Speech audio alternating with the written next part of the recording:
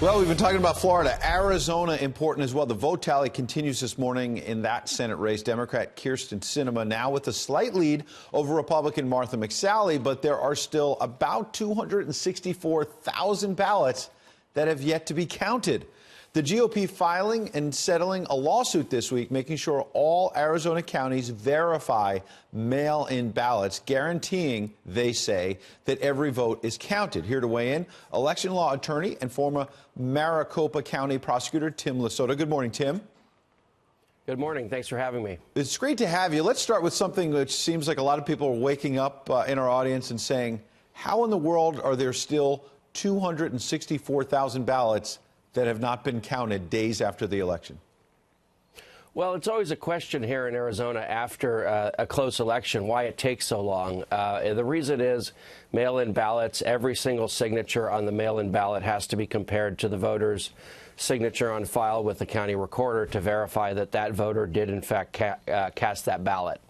And what about what was happening in rural counties? That court action I mentioned, it seemed to be that Republicans were trying to stop the fact that Democrats, it appeared anyway, did not want rural votes to be counted because they knew that was going to help the Republican McSally.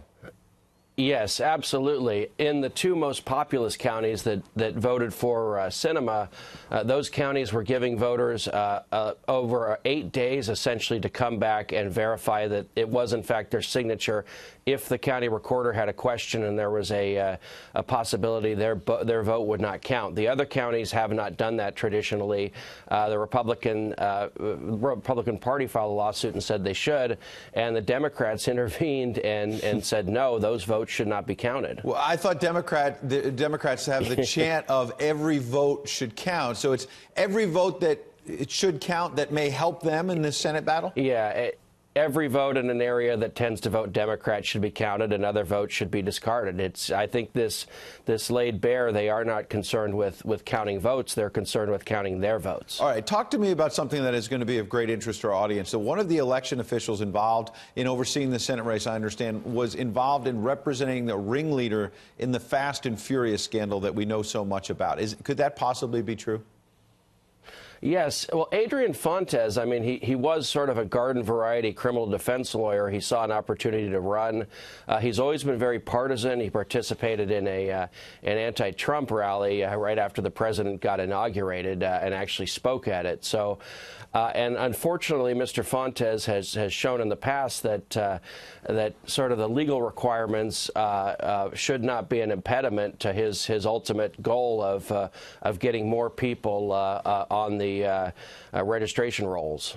Okay, let's bottom line this for our audience. My understanding is the majority of the ballots out there still to be counted are, as I alluded to earlier, from Maricopa County, the most populous county in the state of Arizona. And it seems to me that early on, many of those ballots have been trending, the ones that have been counted, towards Sinema, the Democrat. And the Democratic camp seems confident that it's going to be hard for McSally to catch up. Can you confirm that? Or if you want to challenge that narrative, please feel free.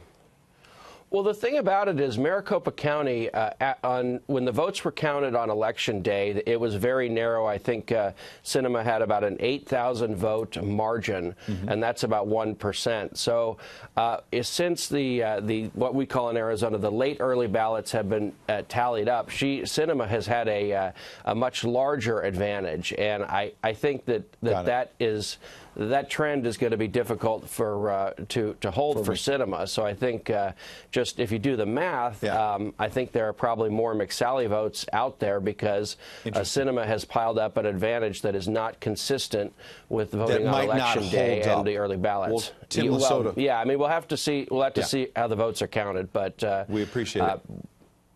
Sure. Tim La Sota, thanks for coming in. Obviously, a big race. This has been a Republican seat. We'll see whether it flips Democrat or not. Tim La Sota, thanks for coming in.